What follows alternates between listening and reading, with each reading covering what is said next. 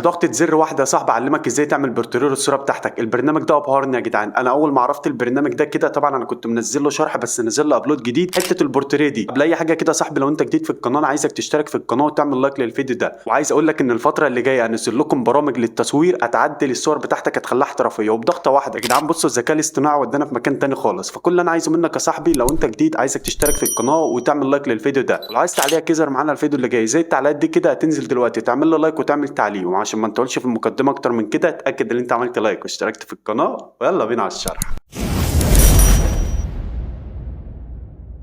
قبل اي حاجه كده يا صاحبي، انا عايزك تصلي على النبي صلى الله عليه وسلم، وعايزك تفعل جرس القناه تعمله الكل، عشان الفتره اللي جايه انزل لك برامج للتصوير انت ما شفتهاش قبل كده. كل اللي عليك يا صاحبي تحمل البرنامج ده من اول تعليق او اللينك اللي في الوصف، وبعدين البرنامج هيفتح معاك بالواجهه دي كده. كل اللي عليك بيقول لك اختار الصوره بتاعتك، وليكن مثلا اختار الصوره دي كده. كل اللي عليك يا صاحبي، البرنامج فيه حاجات كتير قوي، وعارف ان في ناس كتير قوي تعرفه، بس يا صاحبي في برضه ناس ما تعرفوش، فالفيديو ده للناس اللي ما تعرفوش. كل اللي عليك بقى يا صاحبي بتيجي في الاخر زي ما انت شايف كده اهوت، يعني بتوصل كده لحد الاخر. يا جدعان البرنامج فيه حاجات بص جامده. عليك بتضغط على كلمه طمس العدسه. بص الذكاء الاصطناعي عمل ايه، خلاص كده انت عملت البورتريه بجد. والله بص مفيش غلطه. انت شايف غلطه معايا؟ مفيش غلطه. لا الاحسن من كده اللي انت ممكن تزود، ممكن تقلل، ممكن تعمل زوم، ممكن تعمل اللي هو الكورس دوت. انا عندك اشكال كتير قوي ممكن تعمل دي حركه، قياسي، صندوق، اللي انت عايزه يا صاحبي تعمل. يا جدعان برنامج رايق يا جدعان. الفتره اللي جايه بنزل لك برامج تصوير جامده قوي. ده حاجه بسيطه بس عن البرنامج. البرنامج فيه حاجات كتير قوي. انت لو عايز له شرح كامل قول لي نعمله له بارت 2، مش هنخسر اي حاجه. طب ازاي تحمل البرنامج بقى يا صاحبي؟ لاني سايب لك اللينك يا راي في اول تعليق او في الرابط اللي في الوصف. اللينك بتدخل عليه اي برامج انت محتاجها حرفيا في اللينك ده. بص عندك برنامج ارجاع الصور، عندك برنامج شهر رمضان، عندك برنامج غبار الايفون. المهم خلينا في شرحنا. هتنزل تحت كده يا صاحبي، تنزل اهوت، ايه برنامج عمل صورتك بورتريه، تضغط عليه بالشكل ده كده. تبدا بقى يا صاحبي تنزل تحت زي ما انت شايف اهو، تنزل لحد تحت هنا. اقول لك اهو تحميل التطبيق للاندرويد، اضغط هنا، هتضغط هنا وبعدين تضغط على الاكس دي كده. هتنزل تحت هتستنى بس 30 ثانيه.